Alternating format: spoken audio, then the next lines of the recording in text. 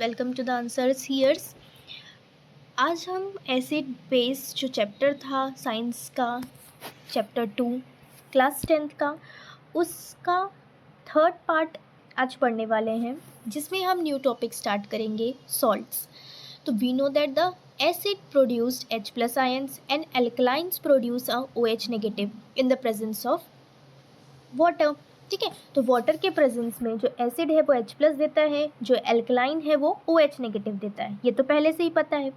वैसे ही when the acid and the basis react with each other, this H plus and OH ion negative OH negative ions together get water molecules along with the production of a salt। तो जो H plus है और OH वो दोनों एक साथ मिलकर क्या प्रोडक्शन करता है, वाटर मॉलिक्यूल्स देता है and production of the salt. Salt are ionic compound in which one part is positively charged and the second part is negatively charged. The number of the positive ion is equal to the number of the negative ion, and as a result, salt are electrically neutral. Salt can be prepared by any method। ठीक है, मतलब कि बहुत सारे methods हैं जिसके through हम salt preparation कर सकते हैं। तो कॉन्सेप्ट क्या है, एसिड प्लस बेस को मिला करके सॉल्ट मिलता है और वाटर मिलता है।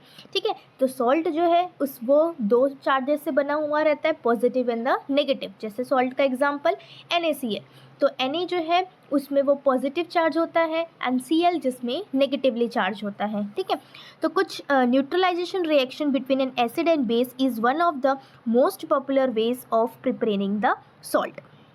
तो जैसे एग्जांपल है HNO3 प्लस KOH, जिससे मिलकर के क्या बनता है, देखो यहाँ जो KOH है उसका OH और इस HNO3 का H प्लस, ये दोनों मिलकर के वाटर मॉलिक्यूल फाउंड कर लेंगे और जो बचा हुआ है वो क्या बन जाएगा, सॉल्ट का प्रोडक्शन हो जाएगा। And in this reaction given above we can see that the positively charge part of the salt comes from the base and is called the basic radical, and the negatively charged part comes from the acid is called the acidic radical। ठीक है, तो दो चीज़ें समझ आ गई, acid radical and the base radical क्या है, basic radical क्या है। तो यहाँ पर क्या है, जैसे कि अगर मैं एसिड है HNO3 उसमें से H प्लस निकाल दूंगी तो सॉल्ट का फॉर्मेशन करने के लिए कौन जाएगा, सॉल्ट का फॉर्मेशन करने के लिए जो है वो NO3 नेगेटिव जो है वो जाएगा। उसी तरीके से अगर KOH है जो कि एक बेस है, अगर उसका OH जो है वो वाटर मॉलिक्यूल फॉर्म करने जाएगा तो उसका जो पॉजिटिवली चार्ज मतलब कि जो पोटेशियम है K प्लस है वो जो है वो क्या फॉर्म करेगा, सॉल्ट फॉर्मेशन करेगा। तो acid radical and basic radical समझ गए। अब for example in the potassium nitrate वही KNO3, K plus is a basic radical and NO3 negative is a acidic radical. Are all salt are neutral? जैसे कि देखो acid जिसका pH जो है वो 7 से कम होता है, ठीक है, एंड बेसिस जिसका pH जो है वो 7 से ज़्यादा होता है। तो क्या जो हर एक सॉल्ट है वो न्यूट्रल होगा, मतलब कि क्या उसका pH जो है वो हमेशा 7 होगा। If all the salts are found by the neutralization reaction between the acid and the bases, then why do the different salt have different pH value? To answer this, we will need to understand the nature of the acidic radical and the basic radical in each salt. In common salt, the basic radical Na plus is from strong base sodium hydroxide and the acidic radical is from the strong acid hydrochloric acid. The salt formed by the neutralization reaction between the strong acid and the strong base are neutral in nature। ठीक है, तो वो depend करता है कि कितना acidic और कौन सा वीक है कि स्ट्रॉन्ग है, उसके बेसिस में आप बता सकते हैं कि जो सॉल्ट फॉर्मेशन हुआ है उसका pH 7 है, न्यूट्रल है या भी नहीं।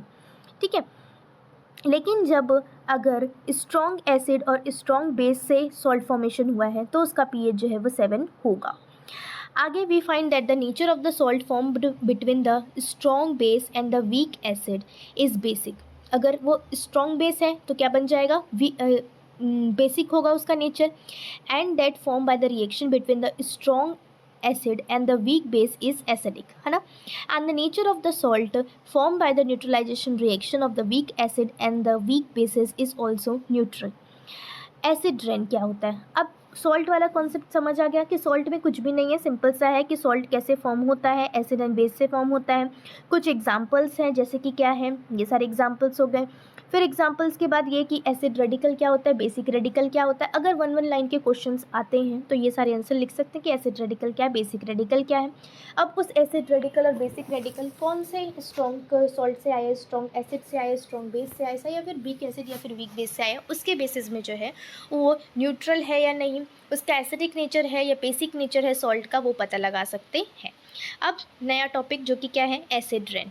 Usually the pH of the rain water is 7, but when the different gases present in the atmosphere dissolve in it, the pH of the water become less than 7, and when the pH of the water is less than 5.6, it is called the acid rain। ठीक है, जैसे कि normally जो बारिश का पानी होता है, रेन वाटर होता है, उसका pH 7 होता है, लेकिन अगर उसमें कुछ गैसेस प्रेजेंट है उस रेन वाटर में तो क्या हो जाएगा, उसका pH जो है वो 7 से कम हो जाएगा, और जब pH 5.6 से कम हो जाता है तो उसको एसिड रेन बोला जाता है।